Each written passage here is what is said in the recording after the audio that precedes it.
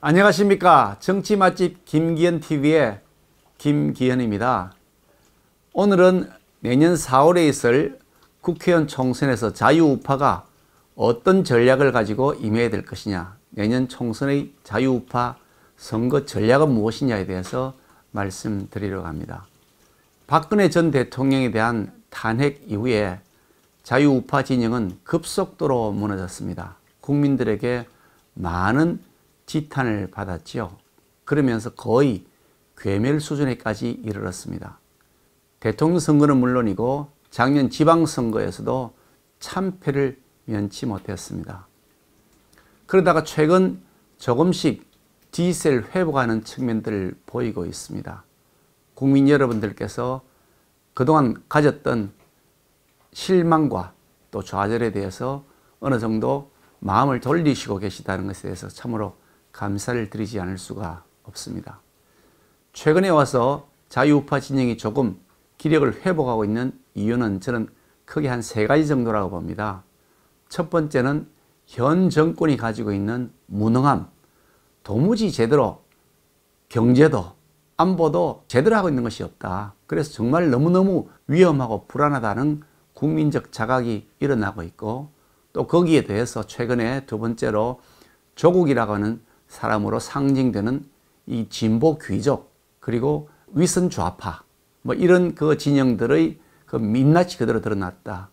거짓말하고 속임수하고 돌아서서 내로남불하고 이런 형태의 그 민낯이 그대로 드러나면서 그 정체가 밝혀지면서 실망이 커져가고 있다. 그렇게 두 번째 이유를 들 수 있겠고요. 또 세 번째 이유로 그동안 박근혜 전 대통령에 대한 탄핵 과정에서 자유우파 진영이 덮었었던 많은 오명들이 일정 부분 벗겨지고 있다. 그래서 과도하게 진보 좌파 진영, 위선 좌파 진영에서 과도하게 거짓말을 하고 왜곡하고 과장하면서 덮어씌웠던 허물들이 일정 부분 드러나면서 진실이 조금씩 밝혀지고 있다는 측면에서 크게 3가지 정도로 조금 자유우파 진영이 기력을 회복하고 있다고 생각합니다. 그렇지만 전체로 보면 이것은 반사적 이익에 불과한 것이고, 아직도 자유우파 진영이 국민들의 지지를 확실하게 확보하지 못하고 있다. 그런 측면에서 내년 총선에서의 승리를 위해서는 참으로 치밀한 전략이 필요하다는 판단을 저는 하고 있습니다.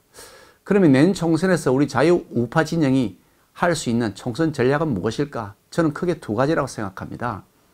첫 번째는 인적 혁신입니다. 인물의 혁신이죠. 인물의 혁신이라고 하는 것이 그동안 흔히 물갈이라고 이렇게 표현되어 왔습니다만, 사람에 대해서 물갈이라는 표현이 좀 그래서 저는 인물의 혁신 이렇게 표현합니다. 아마 첫째로 젊어지는 방향으로 가야 되겠죠. 물론 연세에 드신 경험이 있는 분들도 필요하지만, 그러나 지금 국민들이 우리 자유우파 진영에 대해 요구하고 있는 것은 새로운 인물이 필요하다. 좀 젊어져야 된다. 그렇게 요구하고 있는 것이 현재의 큰 추세입니다. 그에 맞추어서 우리 자유한국당과 자유우파 진영이 모두 좀 젊은 세대, 신진 인사들을 등용시켜서 전면에 후보로 뛰게 할 수 있는 그런 조치가 꼭 필요하다고 생각합니다. 그리고 젊을 뿐만 아니라 또 실력이 있어야 됩니다. 자유우파 진영에 속해 있는 현역 의원들 중에 상당수가 실력이 없다는 그런 비난의 측면이 있는 것이 또한 솔직한 사실이기도 합니다.